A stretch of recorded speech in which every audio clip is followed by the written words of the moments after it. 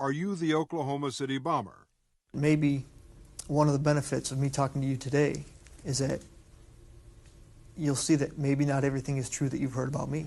On the morning of April 19, 1995, a decorated Gulf War combat vet blew up the federal building in Oklahoma City using a truck bomb that he didn't build and a Ryder truck that he didn't rent with the help of a passenger who didn't exist. Having just gotten away with the largest act of terrorism on U.S. soil to date, the Fort Bragg-trained Special Forces Sheep Drip Dropout blended in with the crowd by making his getaway in a car without a license plate and was immediately pulled over. The ATF was the supposed target of the attack, but luckily all of their agents were out of the office that morning.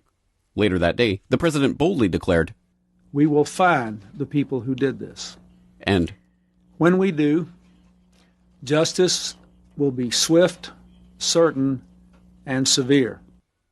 Except for John Doe number 2. John Doe number 2. John Doe number 2. Who, according to the FBI, never existed. In McVeigh's unprecedented 3.5-week trial, the prosecution didn't show the CCTV footage of him and John Doe number 2 parking the Ryder truck. Didn't explain why 24 separate witnesses mass hallucinated the existence of John Doe number 2. Didn't explain why the government was testing truck bombs and the Army was storing Ryder trucks at Camp Gruber right before the bombing, and didn't talk to the FBI informants who blew the whistle on the plot. But they did collaborate with the CIA, and they did convict McVeigh as the lone wolf bomber and Terry Nichols as his bomb-constructing accomplice. Still, a bunch of crazy conspiracy theorists, including 300 bombing victims, insist on talking about facts and evidence and refuse to simply believe what they've been told a million times by people in tailored suits with well-coiffed hair.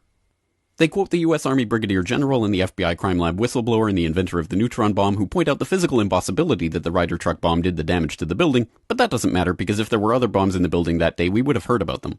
The second explosive was found and defused. I think he said another bomb. The Justice Department is reporting that a second explosive device has been found.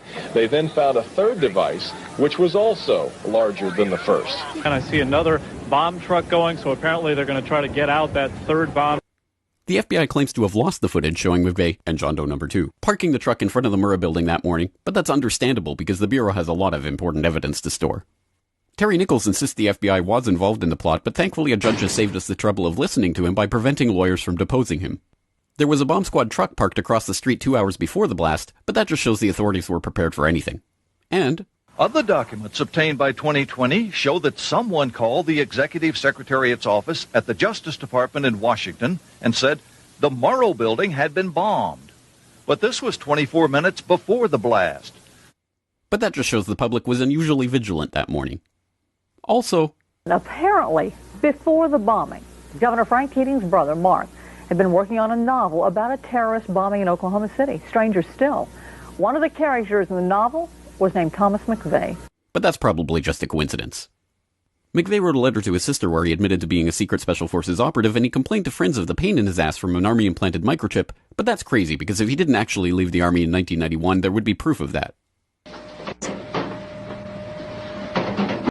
McVeigh was not executed on May 16, 2001 as scheduled because the FBI had failed to turn over thousands of pages of evidence to McVeigh's defense attorneys. But the execution went ahead on June 11th. In a highly unusual and secret agreement, no autopsy was performed, one witness said he was still breathing, and the prison officials admitted his hearse was a decoy. Then, the case was officially closed. And if you question any part of this story, you are a paranoid, wingnut, birther, truther, tenther, prepper, conspiracy loon who'd bring up any of these points ever again. Ever. This message has been brought to you by the friends of the FBI, ATF, DOJ, CIA, SPLC, MSM, and the U.S. Army.